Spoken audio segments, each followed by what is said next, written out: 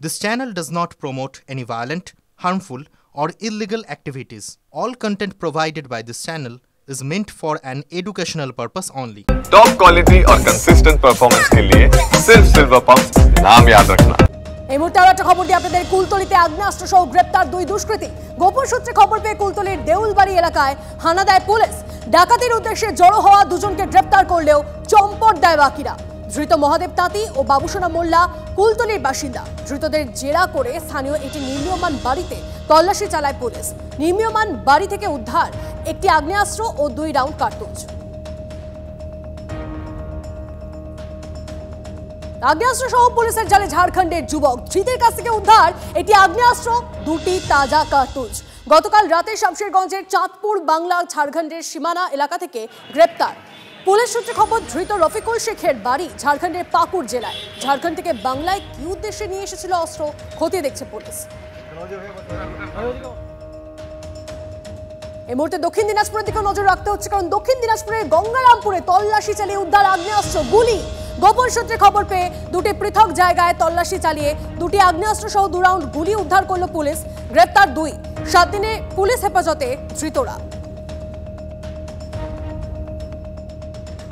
এদিকে বজবজ গুলিকাণ্ডে গ্রেপ্তার আরো 2।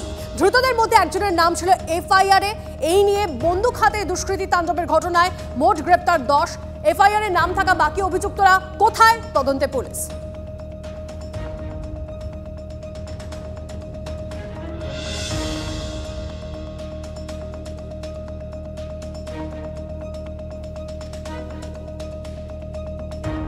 পরে খবরে আসি।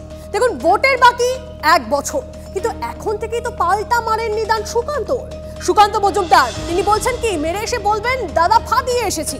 ফুলিয়ার সভা থেকে এভাবেই দলের কর্মীদের বললেন বিজেপির রাজ্য সভাপতি। আঘাত নয়, প্রতিরোধ করব। পরে যুক্তি সুকান্ত।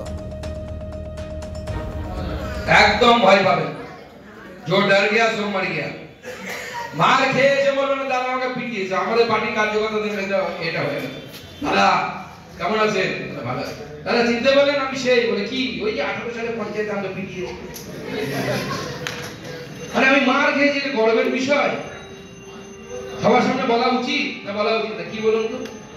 চুপ করে বললাম ঠিক আছে, আমাকে ধরে কে দিয়েছে।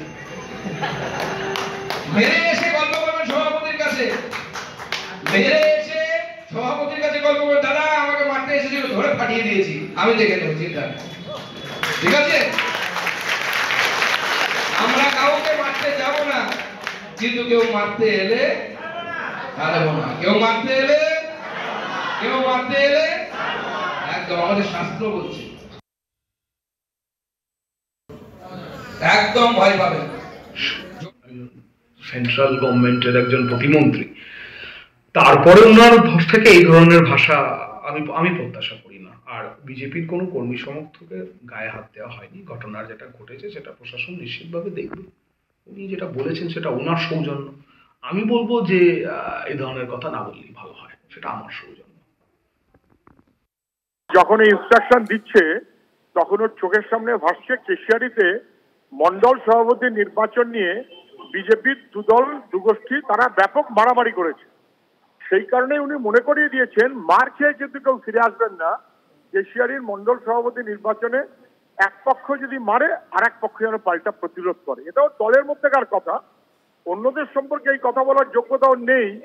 কেননা মার তো এখন খাচ্ছে তৃণমূলের কাছে, অথবা তৃণমূল মার্কা বিজেপির কাছে, বা অথবা তৃণমূল মার্কা বিজেপি তৃণমূলের কাছে। সেখানে প্রতিরোধ করার মতন কোনো মনোভাব এবং আগ্রহ ওদের দিল্লিওয়ালারা দেখায়নি। তারা বলেছে তৃণমূলের সঙ্গে মিলমিশ করে চলতে হবে। ফলে কেশিয়ারিকে খেয়াল করে দলের মধ্যে গন্ডগোলে এক পক্ষ যেন আরেক পক্ষকে প্রতিরোধ করে, সেটাই কেশিয়ারিতে ওরা কালকে করে দেখিয়েছে।